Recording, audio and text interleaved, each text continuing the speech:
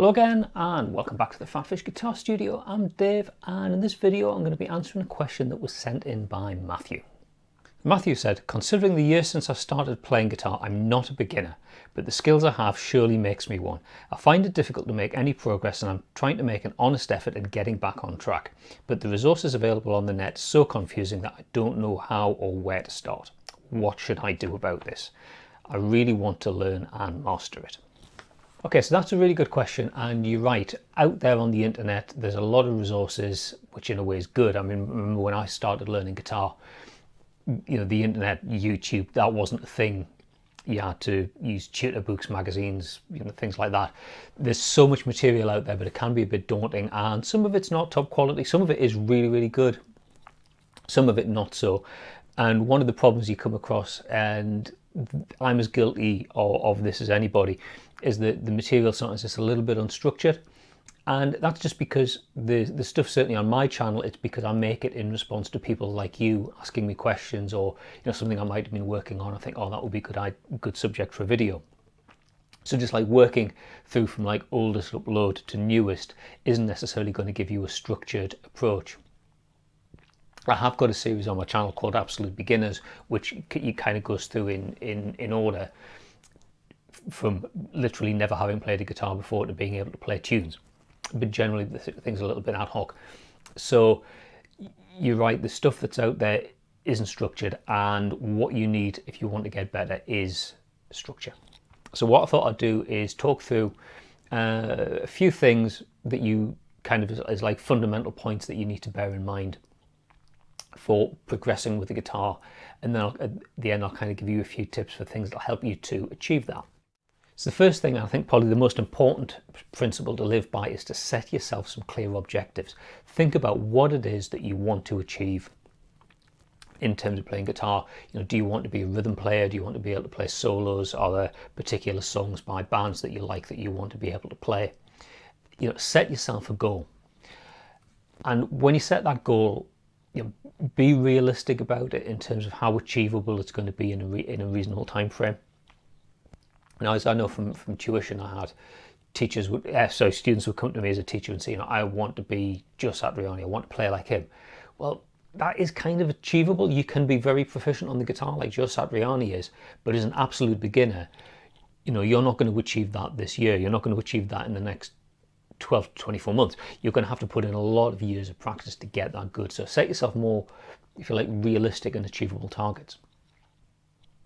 So bound those objectives by both like the technical aspect in terms of what you can realistically expect to achieve, and bound them by time. In terms of what do you think is a realistic time frame? In a month I want to have, if you like, for argument's sake, within a month I want to have a chord vocabulary of a dozen chords. Within 2 months I want to be able to play scales and start coming up with riffs off those scales. That sort of thing. Things that are achievable in a reasonable sort of time frame. And certainly, Matthew, kind of on the back of that question that you sent in, we had a little brief email conversation, and you telling me a bit about what you're doing. You've got a fairly broad set of goals there, so maybe you need to just refine it down a little bit, rather than looking at this huge picture of what you want to achieve. Just think, well, in the short term, what do I want to do? I want to be able to play some chords efficiently, have a decent sense of rhythm, maybe play some riffs, that sort of thing.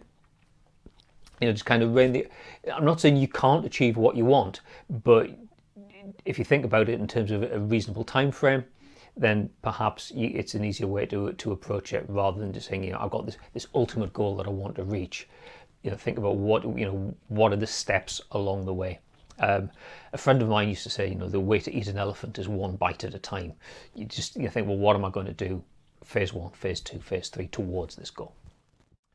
And to help yourself achieve those objectives, you need to structure your practice time towards those goals. If you're wanting to learn to play chords, then structure your practice time around building up a chord vocabulary, playing chord shapes, whatnot.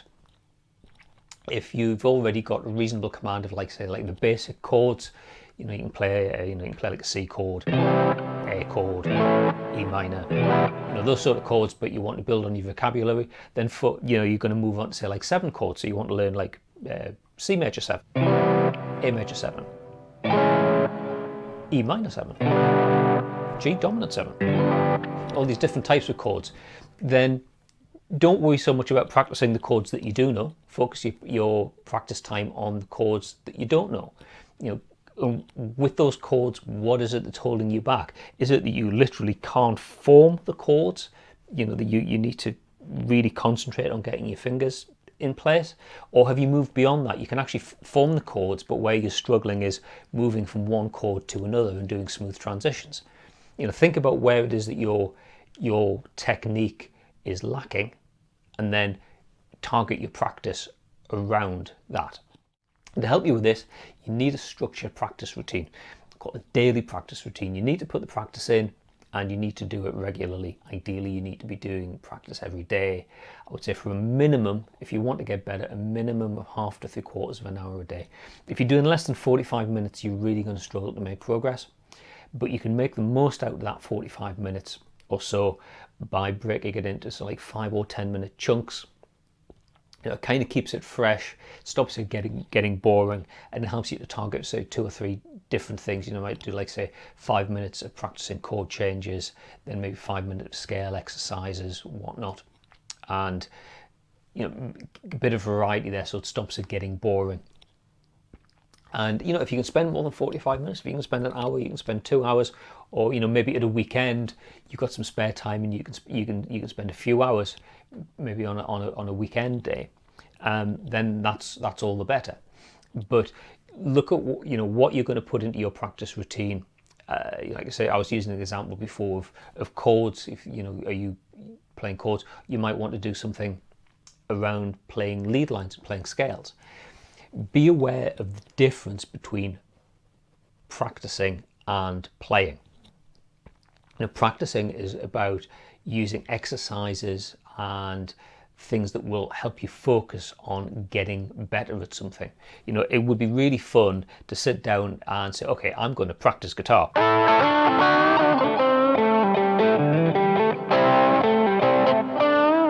And just play. That's not necessarily going to make me better, because I'm just playing the same licks and so on that I've always played. Practicing should be about, well, what scale am I going to be using to play that lead line, and then playing exercises like and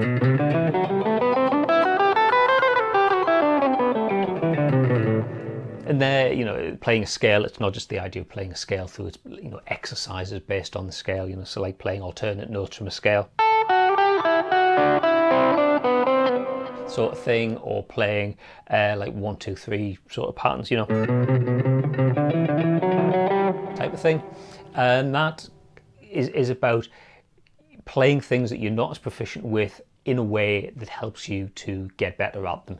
Use a metronome to help you with the speed aspect of things. There's loads of other videos on my channel. I'm not going to kind of go down the rabbit hole of specific things to include in your practice routine here, but just give you some ideas about using exercises rather than just playing, because a practice routine should be structured, working on what you want to get better at, and then using exercises to help you achieve that. Everything's targeted, back to that first point I mentioned, targeted towards the ultimate goals that you want to achieve. That said, there's no reason why you can't just play guitar, but make the distinction between practicing and playing. Do your practice routine. At the end of it, sit down, play guitar, jam, whatever. But set aside that time to do structured practice. One of the things you possibly won't notice immediately is how much better you're getting, because you hear yourself play at every practice. You play something. You'll do your daily practice routine, and you'll get a little bit better. Now, if you don't practice, your ability will sink down a bit, but it won't necessarily go back to where you were or get any worse, unless you don't play for a very long time. If you play every day, you get a little bit better, and then a little bit better, and then a little bit better. But you don't necessarily see day on day that progress. If you got a break from from exposure to something, you start to see the differences. So record what you do. You don't necessarily have to set up a camera and record every single minute of your practice routine. If you want to do that, that's cool. But every now and again, to set up a camera, you'll have a camera on your phone, and just record what you do, and then every so often just go back and review kind of where you are now versus where you were when you did that recording, and you'll notice the things that you're getting better at, and that should help to encourage you that all this practice that you're putting in is paying off. And focus on those things that you are achieving, rather than think, I still haven't achieved that ultimate goal. Yeah, but look at the things you're achieving on the way there, and it kind of keeps you in a positive mindset. So you're focusing not just on the negative things, the things that you can't do, and the things I can't play certain scales, or I can't play certain chords, or I can't play that song that I'm trying to learn. Yeah, but also look at those positives. What can you do? What have you achieved? And it's going to help you to kind of knock off some of those negatives and turn them into positives, things that you can do. And something you can think about doing is rewarding yourself. Now that could be something like, it's trivial, if I'm going to sit and I'm going to set myself a target, if I'm going to sit and play through scales and do exercises for an hour, if I do that, I'm going to reward myself with a really nice cup of coffee and a piece of cake or a biscuit or something. Yeah, why not? It's gives you some incentive to do the practice. Or you could do something maybe even more material. There's a piece of gear that you're looking at. Now, Matthew, in your correspondence with me, you mentioned you were looking at a new amplifier, or you want to upgrade from an acoustic guitar to an electric guitar. Well, what's your threshold? When do you think you've done enough work? You've achieved what you want to achieve. You think, okay, right, I'm now going to reward myself. I think I'm a good enough guitar player now that I can justify going out and getting that new guitar, or getting a pedal or something like that. Or it could be something, something small, something big, but some sort of reward that you say, okay, I'm going to put in the practice routine every day, and I'm not going to splash out on that new guitar or that new pedal or whatever until I've achieved what it is that I've set out to achieve. So there's some, if you like, principles to live by in terms of getting better as a guitar player. What I thought I'd do to round the video off is kind of give you some tips for things to bear in mind that can kind of help you to achieve these things. First of all, if you can get some face-to-face time with a guitar teacher, that is really, really valuable. Being self-taught is completely valid. Certainly I was largely self-taught for the first few years of my playing, before I went to music college and whatnot. And I achieved a lot, I think, relatively as a self-taught musician, as a self-taught guitar player. But I would still spend time with other guitar players who were better than me, and they could kind of show me stuff, or they were watching me playing and they were able to correct mistakes, or say, oh, you play that chord that way, do you? Have you thought about maybe using a slightly different fingering, or playing a different inversion or whatever? Things that I wouldn't naturally have picked up by going down the self-taught route. So self-taught, YouTube, whatever is valid, but get some face-to-face time with a teacher, whether it's in the same room. How achievable that is, as of the year 2020 is debatable, but you could do face-to-face, with a online tuition over something like Skype. There's a lot of guitar teachers doing Skype stuff now. Just somebody like a live pair of eyes watching you playing is really, really useful. Secondly, make sure that your guitar is set up properly. Yes, it needs to be in tune, that's important, but make sure that the action's right, the neck relief. It's worth investing in a full setup every now and again, just to make sure the guitar's playing as well as it can. If you're playing a guitar that's got a ridiculously high action, it's just going to make life difficult for you. That will in itself hold you back. It could discourage you. You might end up pulling muscles because you're just straining to play certain things that are the way your guitar's set up. It's unplayable. So make sure that your guitar's properly set up, and that will help you kind of get the most out of the instrument and help you to progress. Something that applies to, I think, a lot of beginners, and also to certain temperaments, certain personalities. If you're a little bit shy or a little bit timid, the idea of people hearing you play when you're not particularly good, you're still trying to get good at something, can be a little bit intimidating and a little bit off-putting. Find yourself a place where you're comfortable practicing, even if it means like kind of withdrawing from your family. So I'm going to go to this other room to play my guitar, or kind of shutting yourself off by putting headphones in and playing when you're playing an electric. An electric guitar unplugged is fairly quiet. It'll easily, that acoustic sound of the electric quite easily get drowned out with the noise of a house. People going about the business, but you can hear it okay through headphones. So that'll kind of get you away from the idea of people being able to hear your every mistake. All guitarists make mistakes. You don't see me make many mistakes on my videos because I edit them out, but I hit duff notes all the time. So don't be worried about making mistakes and people hearing them. If you're really self-conscious, headphones or something like that is a good option. Okay, now I've talked a lot here about playing and that, which is obviously that's what the video is about, but I also need to mention music theory. A lot of people get a little bit scared about music theory, and you shouldn't do. It doesn't have to be as complicated as you think. Some of it actually is really logical and really structured and a lot easier to follow than you might expect. And the reason I mention music theory is because it helps you to understand what it is that you're doing. And once you understand what it is that you're doing, it actually makes it easier to kind of go to the next step and to adapt one thing that and maybe make it into something else. You don't need to be like, professor of music theory level of knowledge, but just have a basic understanding of what notes you're playing, what notes are in a chord, why they're in a chord, how they relate to each other. Because once you know that, like I say, you can kind of adapt things. And, if you learn, say, one set of chords, if you understand why the notes in the chord are the notes that they are, it's easier to then start to learn other chords because the relationships between them are the same. Once you get into music theory, you will understand what I mean.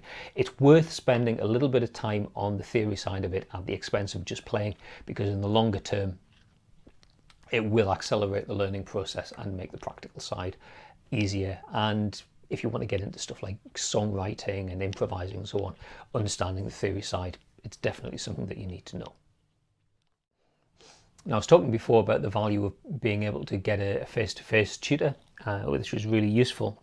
But the other aspect about other musicians is play with other musicians. Guitar shouldn't be just a completely isolated thing. You should be getting the opportunity to jam with other musicians. As soon as you can string some chords together, find somebody else who can string some chords together, and jam. If you can't do that, get a backing track, get a looper pedal or something. Keep it interactive. That it really is part of the guitar playing experience. It's much better though if you can play with other musicians, because it gets back to, like I was saying, about having a tutor that you can watch what they're doing. They might give you tips. The great thing about being in a band as a guitar player is you'll often get bands with 2 guitar players, or even 3 guitar players in some cases. If you're a drummer, there's one drummer, there's one bass player, there's one keyboard player. Those guys don't really have anybody to learn from within a band context. As a guitar player, you might have another guitar player that you can learn from. There's a kind of a proverb saying that if you do something and within your circle you're the best person at doing that thing, you need to get yourself more people into your circle. There should always be somebody who's better than you so you can learn from them. So yeah, get out there as much as you can and play with other musicians, watch what they're doing and kind of interact with them, and that will help you to progress, definitely. I'm talking a lot here about practicing and putting the effort in that, but it's important not to push yourself to do something if you're not in the right frame of mind.